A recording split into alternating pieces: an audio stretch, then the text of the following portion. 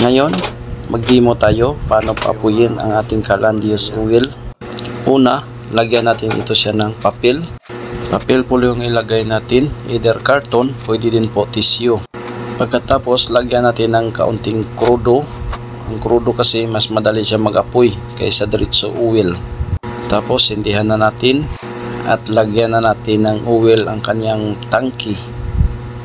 Tapos, open nyo na ang gate valve para makapasok na sa chamber. Pag nakita nyo ang nakapasok na sa chamber na tama lang, ipatak-patak system nyo na po. Pagkatapos, kung nakita nyo na nasunog na yung papel, so i-on nyo na yung blower, isagad nyo na, i-pull nyo na kaagad, hindi po yan mamamatay. So ito ma'am, so na-demo na natin sa iyo. So dito, patak-patakan na lang dyan, basta umapoy na. Yan. Kung hindi mo makuha yung patak system nya, papawin mo muna dito bago mo siya i-control doon para mawala yung niya dito. Ito yung manual regulator nya para kung hindi mo ma-control yung patak system nya muna doon, so aapaw muna sa dito. Kasi kung wala itong regulator, pupunta dyan sa mga butas ng burner natin, magsitalsikan po yung oil papunta sa puwit ng kaldero o pupunta dito.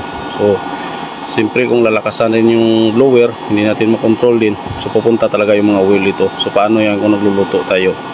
Yan yung design ng manual regulator. Yan. So parang hindi kumukulo, no? Yan, no? Hindi nakikita yung apoy nyo. Grabe ka pan talaga yung apoy nya. Blue. So blue na blue.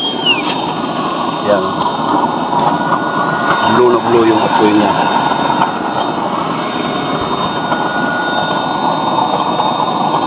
So ito yung design natin dahil pwede na pang household talaga ito para pwede natin siya ma-in-in.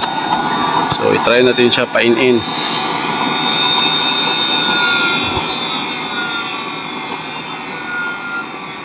Yan, halimbawa kung number 1 yung blower natin. So napakaganda, no? Makuha talaga natin yung in-in.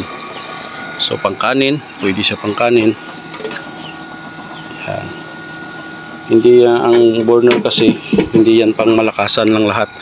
Pwede mo lakasan, pwede mo siya hinaan. Yun ang design na dapat pang household. So nantay apaw ka na, protection para kung magsaing ka, hindi siya malaglagan yung chamber natin ng tubig. So dito lang yan siya, tapos pupunta dito sa may butas. Ayan. Or dito lang siya papunta yung tubig.